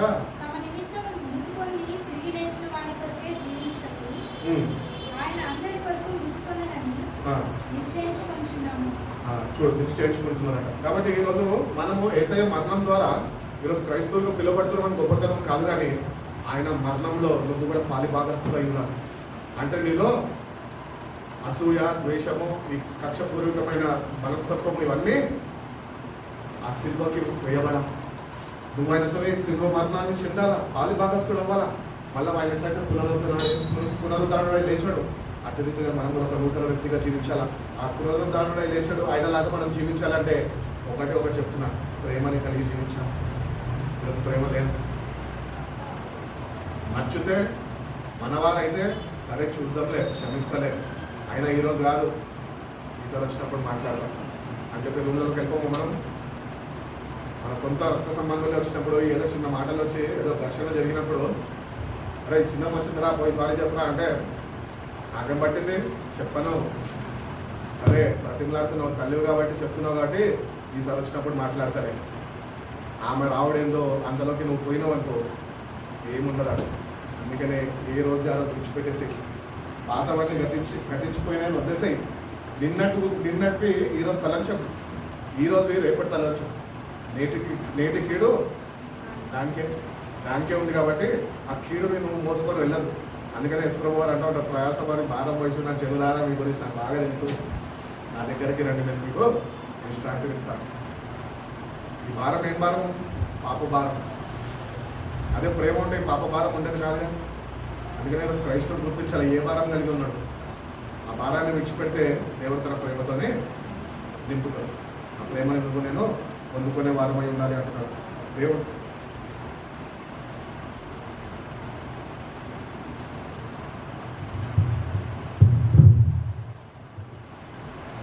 సో ఈ పాతవన్నీ మనలో నుంచి గతించిపోతేనే దేవుడు తన ప్రేమతో మనని నింపుతాడు. మనము ఇప్పుడు ఏ విషయంలో అన్నా మనం ఎదుర్కొంటున్నప్పుడు, అది ఎటువంటి ఘర్షణ ఓవర్మర్చం జరిగినప్పటికీ నువ్వు దేవుని బిడ్డగా ఉంటున్నావు, నువ్వు ఆయనతో మృతి చెందావు అని గుర్తించి ఆయనతో తిరిగి మళ్ళీ లేచినావు, నువ్వు ఆయనలో జీవిస్తున్నావు. అందుకనే జీవించడం మీరు కాదు, మీరు జీవించడం కాదు, మీరు నా కొరకు జీవిస్తారు. ఆయన కొరకు జీవిస్తే కనుక దేవుడు ఆయన ప్రేమని మనం వచ్చుతాడు. ఈరోజు మన కొరకు మనం జీవిస్తున్నాం, మన కుటుంబం కొరకు, మన పిల్లల కొరకు మనం జీవిస్తున్నాం. స్వార్థం అయిపోతుంది. ఆయనకు స్వార్థం లేదు. ఆయన ప్రేమ చూపించారు. అదే ప్రేమని నువ్వు నేను ఈరోజు కలిగి ఉంటే కనుక దేవుడు మనని సరి చేస్తాడు, బాగు చేస్తాడు. ఆయన బిడ్డలుగా జీవింపజేసే కృపను దయచేస్తాడు. ప్రేమని కలిగి ఉండాలి అని దేవుడు కోరుకుంటున్నాడు. అప్పటి నుంచి చదువుకుంటూనే వస్తున్నాం. అన్నిట్లో ఏమంటున్నాడు? ఆజ్ఞలు గైకొనాలా, నా మాట వినాలా, నాకు లోబడాలా, మీరు ప్రేమ కలిగి జీవించు. ఇవన్నీ మనలో లేకుండా నేను ప్రేమిస్తాను అంటే అబద్ధం అని. మోసపోవద్దు. బైబిల్ అంటున్నారు కదా, మోసపోవద్దు, దేవుడు ఎక్కడిపోబడ్డాడు. నీ ప్రేమ నిన్ను మోసం చేస్తుందేమో. ఆ మోసం చెయ్యకునుపే మేలుకో. దేవుని ప్రేమ ఏంటో తెలుసు. దేవుని ప్రేమను తెలుసుకొని నువ్వు ఆయన ప్రేమించడం ప్రారంభిస్తే నువ్వు ఎక్కడ మోసపోకుండా దేవుడే నువ్వు కాపాడు. ఈరోజు లోకంలో చూస్తున్నప్పుడు ప్రేమ అనే అంశం తీసుకొని మాట్లాడాలంటే నానా విధాలుగా ప్రేమతోనే మోసపోయే వాళ్ళు లేకపోలేదు, మోసపరిచే వాళ్ళు లేకపోలేదు. నేను నిజంగా నేను ప్రేమిస్తున్నాను అని చెప్తే ఎదుటి వ్యక్తి ఈరోజు ఎట్లున్నాడంటే వాళ్ళు ఫస్ట్ ఐ లవ్ యూ అని చెప్పామనుకో, వారు కూడా రెస్పాండ్ ఏముండాలా? ఐ లవ్ యూ టూ అని ఉంటారు కదా. కానీ ఆ వ్యక్తి ఐ లవ్ యూ అని పలకగానే ఫస్ట్ ఈ వ్యక్తిలో నిజమేనా, నమ్మచ్చా, నాకైతే నమ్మడం కుదరలేదు అది ఇట్లాంటి ఆలోచనలో తలంపులు కలిగి ఉన్నాం. ఎందుకంటే అలాంటి ఆలోచనలు తలంపులు కలిగి ఉంటున్నాం తెలుసా. అవన్నీ ఎందుకు మనలో వస్తున్నాయి తెలుసా, మనకు దేవుడి ప్రేమ లేదు. గుడ్డిగా ఎవరిని నమ్మద్దు. నిన్ను ప్రేమిస్తున్నాను, నువ్వు నాకు నచ్చావు, నిన్ను కలిగి నువ్వు జీవించాలనుకుంటున్నా అంటే నమ్మద్దు. దేవుని ప్రేమని గుర్తించు. ఆ ఎదుటి వ్యక్తిలో దేవుని ప్రేమ అంటే, నీలో దేవుని ప్రేమ అంటే ఇద్దరికి ఒక అండర్స్టాండింగ్ అనేది దేవుడే ఏర్పరుస్తాడు. ఆ ప్రేమను నువ్వు కలిగి జీవించాలని దేవుడు కోరుకుంటాడు. కానీ ఈ లోకంలో ఉన్న ప్రేమలో మార్పులు ఉంటాయి, కానీ దేవుని ప్రేమలో మార్పు ఎన్నడికి ఉండదు. నువ్వు ఎంత దూరమైనకి జీవిస్తున్నప్పటికీ, నువ్వు ఎంత ఘోరమైన పాపము నువ్వు చేసినప్పటికీ ఈ రోజు కానీ గుర్తించి నా జీవితం మారాలని నువ్వు కానీ నీ జీవితాన్ని తిరిగి ఆయన వైపు వెళ్ళాలనుకో, ఆ ప్రేమతో నిన్ను ఆయన శిక్షించడు, ద్వేషించడు, కానీ ఇంకా నిన్ను ప్రేమిస్తున్నాడు. ఇప్పటికన్నా నా దగ్గరకు వచ్చా అని కన్నీళ్లు విడుస్తాడంటే దేవుడు. తప్పిపోయిన కుమారుడు ఎగ్జాంపుల్. తండ్రి ప్రేమని గుర్తించలే. నేను నా ఇష్టానుసారంగా జీవిస్తాడు డాడీ, నాకు ఇచ్చేసి ఎందుకు, నువ్వు వచ్చే వరకు ఎందుకు నాకు ఇచ్చే, నేను వెళ్ళిపోయి బాగా ధనం సంపాదించుకుంటానే అంతా తీసుకొని చెల్లాచెదలు చేసేసి వెళ్ళిపోయి ఇష్టానుసారంగా ఎవరన్నంతా పాడు చేసుకున్నాడు. ఆఖరికి మొత్తం అంతా ఆస్తంతా వాడేసినాక ఖర్చు అయిపోయినాక పందుల పొట్టు దగ్గరికి వెళ్ళాడు. దేవుడు అక్కడన్నా వాడికి గ్రహింపిస్తాడేమో, అక్కడన్నా ప్రేమ, తండ్రి ప్రేమ వాడికి గుర్తొస్తుందేమో. అక్కడ రానే వచ్చింది తండ్రి ప్రేమ గుర్తు. నా తండ్రి ఇంటికి వెళ్ళి అర్హత లేదు ఆయన కుమార్తెగా పిలువబడడానికి, కానీ నేను ఆయన దగ్గరికి వెళ్తాను. పనివాడిని కన్నా నన్ను చేర్చుకుంటాడు ఆయన ప్రేమను గుర్తించి వచ్చాడు. అప్పుడు ఆ స్టోరీ మనకు తెలిసింది కదా. దూరం నుంచి కుమార్తె రావడం, తండ్రి చూసి పరిగెత్తుకుంటూ వెళ్ళి ఆయన మీద పడి మెడ మీద ముద్దు పెట్టి ఆయనకి అంగీకరించి ఆయన పెద్ద విందు చేయడం ప్రారంభించి, అదే అండి దేవుని ప్రేమ. నేను ఇది కూడా ఉదాహరణ ఎందుకు చెప్తున్నాను అంటే, మనం లోకంలో అనుకున్న నేను ఇట్లాంటి వ్యక్తిని కదా, నేను దేవుని దగ్గరికి వెళ్తే నన్ను అంగీకరిస్తాడా అన్న అపవాది తలంపులు కలిగిస్తున్నప్పుడు వారి తలంపులకి నువ్వు ఏమాత్రమో శ్రద్ధ వహించదు, లోబడదు. కానీ దేవుడు అంటున్నాడు, నేను నిన్ను ప్రేమించేవాడిని. నీ తలంపులు కాదు, నా తలంపులు నువ్వు ఆలోచించు. అందుకని బైబిల్ అంటాడు, నీ తలంపులు నా తలంపులు అంటే నా తలంపులు వంటివి కాదు అంటున్నాడు. అందుకనే మనం అనుకుంటున్నాం మన తలంపులతో, ఈ లోక తలంపులతో మనం అనుకుంటాము దేవుడికి దూరంగా జీవించాను, ఒకప్పుడు ఇట్లాంటి వ్యక్తిని, ఇంత భయంకరమైన వ్యక్తిని నేను, నన్ను దేవుడు ఇంకా క్షమించడు అని అపవాదిని తలంపులు లోక జ్ఞానంతో కలుగజేస్తుంటే మనం ఆ ప్రేమని ఇంకా అర్థం చేసుకోలేక వాటితోనే ఉంటుంది. మన జీవితాన్ని వాటితోనే ముగించుకోవాలని ఆశపడుతుంది. కానీ దేవుడు అట్లా ఉండాలి అని కోరుకుంటలేదు. కానీ నువ్వు వాడిని విడిచిపెట్టు, వాడు నీకు కలుగజేస్తున్న ఆలోచనలు నువ్వు గుర్తించి నా దగ్గరికి రా. ప్రేమించేవాడిని నేను, ప్రాణం పెట్టిన వాడిని నేనయ్యా, నువ్వు వాడు కాదు. కాబట్టి నా దగ్గరికి రా, నేను మిమ్మల్ని చేర తీసుకుంటాను. ఆయన దగ్గర వచ్చిన వారికి ఎప్పటికీ ఆయన త్రోసివేయడం. సో తన పాపం చేశాను ఒప్పుకొని పశ్చాత్తాపడి దేవుని దగ్గరకు వస్తే పాపాలు క్షమిస్తాడు, వాళ్ళ ప్రేమించడం ప్రారంభిస్తాడు. కాబట్టి దేవుడి ప్రేమ అంతా గొప్పది, అంత బలమైనది అని దేవుడు తెలియజేస్తున్నాడు. పేతురు రాసిన మొదటి పత్రిక, పేతురు రాసిన మొదటి పత్రిక 1వ అధ్యాయం 8వ వచనం. మీరు ఆయన చూడకపోయినను ఆయనని ప్రేమించుచున్నారు. ఇప్పుడు ఆయనని కన్నులారా చూడకయే విశ్వసించుచు మీ విశ్వాసమునకు ఫలమును అనగా ఆత్మరక్షణను పొందుచు చెప్పని అసత్యము ఆనందించుచున్నారు. కాబట్టి ఈరోజు దేవుడు అంట, you have not seen him but you love him. True you do not know and see him, you believe in him and rejoice with joy that is an inexpressible and filled with glory. So దేవుడు తన మహిమలో వస్తున్నప్పుడు నువ్వు కానీ దేవుని ప్రేమని కలిగి ఉంటే కనుక నువ్వు ఆ మహిమ రాజ్యంలోకి చేర్చబడే వ్యక్తి ఉంటావు. అంతేగాని నువ్వు దేవుని దగ్గర నువ్వు ఆయన ప్రేమని కలిగి లేకుండా నువ్వు జీవించవనుకో, నీలో ఆ రక్షణ ఆనందం అనేది ఉండదు. ఈరోజు ఒక క్రైస్తవుడు రక్షింపబడ్డాడు అంటే వాడు దేన్ని బట్టి ఆనందాన్ని పొందుకుంటాడు తెలుసా? దేవుని ప్రేమని బట్టి. ఆ ప్రేమని వాళ్ళు లేకపోతే రక్షణ ఆనందము ఉండదు. ఈరోజు చాలా మందికి రక్షణ ఉన్నది, రక్షణ ఆనందము లేదు. అందుకనే రక్షణ ఆనందం నీకు ఉన్నదే ఈరోజు దేవుడు అనుగ్రహించాడు అందరికీ. కానీ మనం ఏం చేస్తామంటే రక్షణ పెట్టుకున్నాము, ఆనందాన్ని పోగొట్టుకున్నాము. ఎందుకు ఆనందాన్ని పోగొట్టుకున్నాము? ఈ లోకంలో ప్రేమలో బట్టి. దేవుని ప్రేమ శ్రేష్టమైన ప్రేమ, పవిత్రమైన ప్రేమ మనకొద్దు. ఈ లోకంలో ఉన్న ప్రేమ దేనికి పనికిరాని ప్రేమ, నిన్ను పాడు చేసే ప్రేమ, దాన్ని ప్రేమిస్తూ ఆ ప్రేమలో కొన్ని నిలిచి ఉన్నావేమో అని దేవుడు అంటున్నాడు. ఆ ప్రేమ నుంచి నువ్వు బయటకు రావాలి. ఈ లోక ప్రేమ కాదు కావాల్సింది నీకు నేను అనుగ్రహించే ప్రేమ. నా ప్రేమ నేను నీకు ఇస్తాను.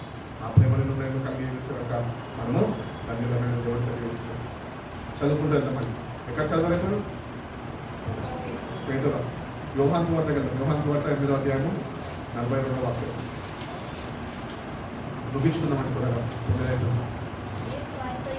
యేసు వార్తలు ఇలాగను, దేవుడు మీ తండ్రి అయిన ఎడల మీరు నన్ను ప్రేమితురు. నేను దేవుని యొద్ద నుండి బయలుదేరి వచ్చి ఉన్నాను. నా అంతటా నేనే వచ్చి ఉండలేదు, ఆయన నన్ను పంపాడు. దేవుడు ఎందుకు తన కుమారుని పంపాడు? బైబిల్లో 3:16 యోహాను ఏమంటది? దేవుడు లోకాన్ని ఎంతగానో ప్రేమించాడు. ఆయన పంపబడ్డవాడు. క్రీస్తు అనగా రక్షకుడు అని అంటారు, కానీ గుర్తించాల్సింది ఏంటంటే ఆయన పంపబడ్డవాడు. దేవుని ప్రేమని పాపులైన మనకి ఆయన చూపించేవాడేయచ్చు, చాటు చెప్పేవాడేయచ్చు. కాబట్టి ఆయన తనంతటా తను రాలేదట, ఆయన పంపబడిన వ్యక్తి. దేవుని ప్రేమని మనకి తెలియచేయాల, మనం ఆ ప్రేమను నిలిచి ఉండాలని మనకి చెప్పడానికి వచ్చాను. కాబట్టి ఆ ప్రేమలో నువ్వు నేను ఈరోజు ఉంటే కనుక దేవుడు మనల్ని ఆశీర్వదిస్తాడు. అట్లనే మనం దేవుళ్ళో ఆనందించే వారు. మత్తయి సువార్త 10వ అధ్యాయము 37వ వాక్యం కింద. మత్తయి సువార్త 10వ అధ్యాయము 37వ వాక్యం. అమ్మా ఒక మనుష్యునికి 10:37 చదవండి. తండ్రినైనను తల్లినైనను నాకంటే ఎక్కువగా ప్రేమించువాడు నాకు పాత్రుడు కాదు అని ఉందాం. అంతే కదా?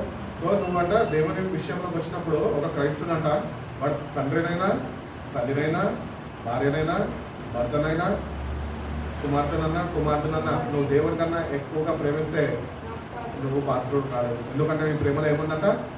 స్వార్థం ఉంది. ఆ స్వార్థం ఉందేమో జాగ్రత్త పడు. పిల్లల్ని ఎక్కువ ప్రేమిస్తున్నావు, దేవునికి ఇవ్వాల్సిన ప్రేమ ఇవ్వక, దేవునికి చూపాల్సిన ప్రేమ చూపక ఈ పిల్లల్ని నువ్వు ప్రేమిస్తున్నావు. జాగ్రత్త వహించు. ఆయన పాత్రుడుగానే ఒక క్రైస్తవుడు నిలిచి ఉండాలని, ఆయనకి నువ్వు నేను పాత్రుడిగా ఉన్నామని దేవుడు తెలియజేస్తాడు. కాబట్టి నువ్వు నేను ఈరోజు దేవుడిని ప్రేమించే విషయంలో ఇప్పుడు కన్నా కొద్దిగా శ్రద్ధ వహించి ఆయన ప్రేమించే వారుగా మనం ఉండాలా. ఆయన ఆజ్ఞల్లో మనము నడుచుకునే వారమై ఉండాలి. ఎఫెసీయులకు రాసిన పత్రిక 3వ అధ్యాయం 16 నుంచి 18.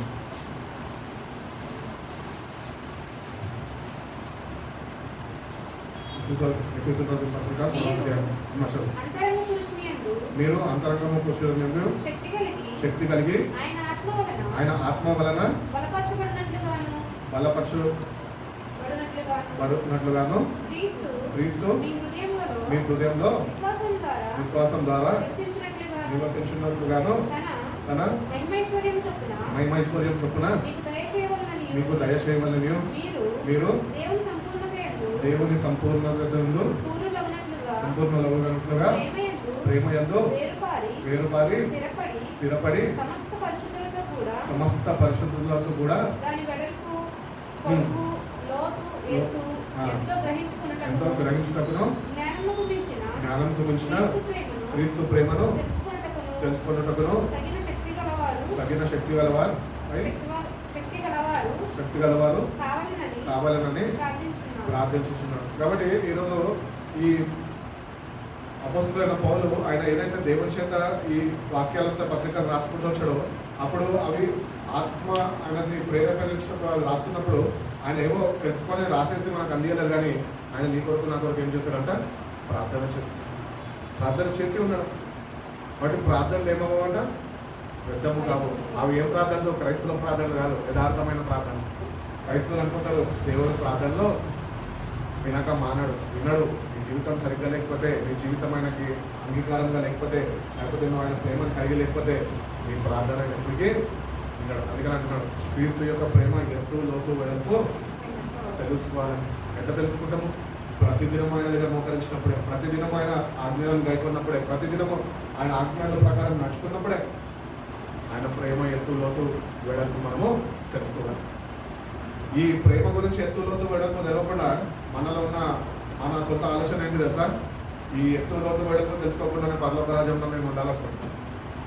అసలు నువ్వు ప్రేమనే లేదు. ఎత్తు లోతు పడుకు ఎప్పుడు తెలుసుకుంటావు, పరలోక రాజ్యంకి ఎప్పుడు చేస్తావు? అందుకనే బైబిల్ చెప్తాను, నేడే రక్షణ దినం, దేవుడు ప్రేమను తెలుసుకో.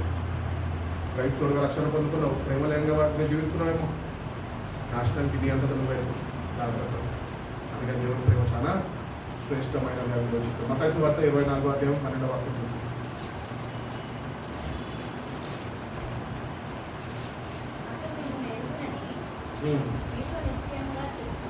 మీతోనే నిశ్చయముగా చెప్పుచున్నాను, ఆ దినమంతా ఆ గడియలను మీకు తెలియదు కనుక, ఆ దినము ఆ గడియ ఆయన ఎప్పుడు వస్తాడో మనకు తెలియదు కనుక మనం ఎట్లుండాలంటే నిద్రపోమంటున్నాడు, మెలకుగా ఉండమంటున్నాడు. మెలకుగా ఉండి ఏం చేయాలి? పక్కన వాళ్ళకి కబురు పెట్టుడు కాదు, ప్రార్థనలో గడపాలి. ప్రార్థనలో గడిపే వాళ్ళకు ఉండాలి. మనం చాలాసార్లు నిద్ర రానప్పుడు ఏం చేస్తాం? స్మార్ట్ ఫోన్ ఉంది, స్మార్ట్గా మన మైండ్ ఆపరేట్ అవుతూ ఉంటుంది, స్మార్ట్గా చూస్తూ ఉంటాము, చెత్త అంతా చూస్తూ ఉంటాము. అప్పుడు కనిపెట్టుకోగలుగుతామా? కనిపెట్టుకోలేదు. అందుకని కనిపెట్టుకోవాలంటే నిద్ర రానప్పుడు మోకరించాలి. నీ ఫోన్తో కూర్చుంటే కూర్చోకపోతే ఈసారి కూర్చో, అది శాశ్వతం కాదు. ఒకవేళ ఫోనే పర్లోకరాజ్యంకి నీతులు వస్తుందంటే ఫోన్తో ఉండదు, పర్వాలేదు, దాన్ని విడిచిపెట్టి వెళ్ళిపోవాలి. అందుకని ఒక క్రైస్తుడు అంటే కనిపెట్టుకొని ఉండాలంట. ఆ దినము గడియ ఎప్పుడో మనకు తెలియదు. దాని తర్వాత చదువుకుంటాము అక్కడ అక్రమము, అది అక్రమము విస్తరించడం చేత అనేకుల ప్రేమ చల్లారిపోతుందట. అంటే వాళ్ళలో ఉన్న చెడు వల్ల, వాళ్ళలో ఉన్న పాపం వల్ల వాళ్ళకి దేవుడు అనుగ్రహించిన ప్రేమ ఏమైపోతుందంట? చల్లారిపోతుందంట. అందుకని అంత్య దినాల్లో నీ ప్రేమ చల్లారిపోతుంది, జాగ్రత్త అని భక్తులు తెలియజేసుకోవచ్చు. కాబట్టి నీ ప్రేమ చల్లారిపోతుందేమో, వెళ్ళు దేవుని సన్నిధిలో అగ్ని దగ్గర కూర్చో. అగ్ని దగ్గర కూర్చుంటే చలేస్తుందా? వేడి కలుగుతుందా? వేడిగా వస్తుంది. ఇప్పుడు చలికాలంలో క్యాంప్ ఫైర్ వేసుకుంటాం. అందరూ ఏమో ఇష్టపడతారు? చలిలోనే ఉండాలని ఇష్టపడతారు, లేకపోతే దగ్గరికి వెళ్ళాలనుకుంటారు? దగ్గరికి వెళ్దాము, కొద్దిగా వేడిని పొందుకుందాము అనుకుంటాం. అట్లనే మనం కూడా ప్రేమ చల్లారకూడదు అంటే క్రీస్తు అనే వాక్యము ఆయన అగ్ని దగ్గరికి వెళ్ళాలంట. అప్పుడు అది పడకుండా ఆయన కాపాడుతాడు. అదే దేవుని వాక్యం. అందుకని ఒక క్రైస్తవుడికి మోకాల జీవితము, ప్రార్థన జీవితం ఉండాలా, వాక్య ధ్యానం ఉండాలా, ఆయన ఆజ్ఞ ప్రకారము వాడు జీవించే వ్యక్తులు ఉండాలా. అన్నిటికన్నా ముఖ్యంగా ప్రేమని పొందుకొని ప్రేమ కలిగి ఇతరులతో జీవించేవాడు. అటువంటి కృప దేవుడు మనందరికీ అనుగ్రహించి తన ప్రేమతో మనల్ని బలపరిచి నడిపించుకున్నాక కళ్ళు మూసుకుని ప్రార్థన చేసుకుని ప్రతి ఒక్కరు మోకరించు. ఒక్క నిమిషం ప్రార్థన చేయండి. నోరు తిప్పండి, స్వరాలంతా మీ దేవుని మీద. దేవా, ఇప్పుడు వరకు నేను ప్రేమ లేకుండా ప్రభావ, నీ ప్రేమను నేను అర్థం చేసుకున్నాను ప్రభావ. నన్ను నేను ప్రేమిస్తున్నాను, నన్ను నేను అబద్ధపూర్వకంగా మార్చుకుంటున్నాను ప్రభావ. దయతో క్షమించాను. అవును ప్రభా, నీ నిన్ను ప్రేమించాలని ప్రభా, నీ ఆజ్ఞలను మేము కైకొనాలి ప్రభా. దానిలో మేము నడుచుకోవాలి ప్రభా. ఇతరులని ప్రేమించే వారిగా మేము ఉండాలి ప్రభా. నీ ప్రేమనైనా మళ్ళీ తిరిగి పుట్టించండి ప్రభా. నీ ప్రేమతో మమ్మల్ని బలపరచండి. నీ ప్రేమ లేకుండా మేము జీవించలేమయ్యా. మేము యథార్థ హృదయంతో సన్నిధికి వచ్చిన ప్రభా, ప్రార్థన చేస్తున్నామైనా మా ప్రార్థనలు ఒక్కసారి మీరు ఆలోచించండి ప్రభా. నీ ప్రేమను మేము పొందుకునే వారిగా నేను నీ కృపను చూపండి ప్రభా. ప్రతిదినము నేను వాక్యం చదువుకొని ప్రభా, ప్రతిదినము నీకు ప్రార్థన చేస్తూ ప్రభా, నీ పరిశుద్ధాత్మ చెందినైనా ఒక నూతన వ్యక్తిగా మార్పు చెందుతూ ప్రభా, ప్రతిదినము నీ ప్రేమతోనైనా మా జీవితాలు నింపబడి ప్రభా. ప్రతి ఒక్కరికి మేము దయచేయండి. ప్రేమ లేని వాటినైతే నేను విద్యుత్తాన్ని భక్తులు సెలవుచ్చాను ప్రభా. మేము కూడా విద్యులుగా భ్రష్టులుగా మారిపోకుండా ప్రభా, నీ ప్రేమతో ప్రతిదినము మేము జీవించే వారిగానైనా మీరే మమ్మల్ని సరిచేయండి. ప్రతిదినము వాక్య ధ్యానము, మోకాల ప్రార్థన జీవితం ప్రభా మీరు మాకు అనుగ్రహించుకోవాలి. ప్రతిదినము నమ్మకాన్ని కనపరుస్తూ ప్రభా, నీ సన్నిధిలోనైనా ఈ ప్రేమని ప్రతిదినము పొందుకుంటూ ప్రభా, మీ ప్రేమని కలిగి అంత్యదినాల్లో ప్రభా మేము జీవించే వారుగా మీరే మాకు తోడుగా ఉండి ప్రభా. నీ బిడ్డలుగానైనా, నీ కొరకు సాక్షులుగానైనా ఇతరులను ప్రేమించే విషయంలో ప్రభా ఏమాత్రం వెనుకంజేయక ప్రభా, నీ ప్రేమను కలిగి ప్రభా బలాన్ని పొందుకుంటూ ముందుకి కొనసాగిస్తూ ప్రభా ప్రతి ఒక్కరికి దయచేయండి. ప్రతి ఒక్క బిడ్డ చేతులు అప్పగిస్తున్నాం. మీరే తోడుగా ఉండండి. మీరు బిడ్డను దర్శించండి. మీ ప్రేమతో బలపరచండి. క్రీస్తు మేడం మీద మీరు స్థిరపరచండి ప్రభా. మీ ప్రేమ నుంచి వాళ్ళు ఏమాత్రం దూరం కాకుండా ప్రభా మీరు వాళ్ళని కాపాడండి ప్రభా. అపవాది కలగజేస్తున్న తలంపులన్నింటినైనా మేము నిర్మూలపరచమని అడుగుతున్నాం తండ్రి. నేను నీ తలంపుతో బిడ్డలు నేను నింపండి ప్రభా. మీ ప్రేమను అర్థం చేసుకుని మీ ప్రేమను రుచి చూస్తూ ప్రభా నీలోనైనా పని ప్రతి ఒక్క బిడ్డకు మీరు దయచేస్తున్నాం. రాత్రికాలం దీవెనలు మీరు బిడ్డల గురించి ఎన్న వాక్యాలనైనా వాళ్ళ జీవితాల్లోనైనా వాళ్ళు మీదనైనా దాన్ని భద్రపరచండి ప్రభా. నీరు కంటే ఫలింపచేసి ప్రభా ప్రేమతోనైనా నువ్వు ఆనందిస్తూ నువ్వు అనుగ్రహించిన రక్షణలో ప్రభా వాళ్ళ ఆనందిస్తున్న కొనసాగి ప్రభా ప్రతి ఒక్క బిడ్డకు మీరు దయచేసుకున్నాం. ప్రతి ఒక్క బిడ్డ మీ చేతుల్లో పరిస్థితి మీ చేతులకు ప్రతి ఒక్క బిడ్డకు రాష్ట్రం తీసుకున్నాము. ప్రార్థన అడిగి వైపు వచ్చినప్పుడు తండ్రి క్రీస్తు యొక్క కృప, పరిశుద్ధాత్మ దేవుని యొక్క నిత్య అన్యోన్య సహవాసము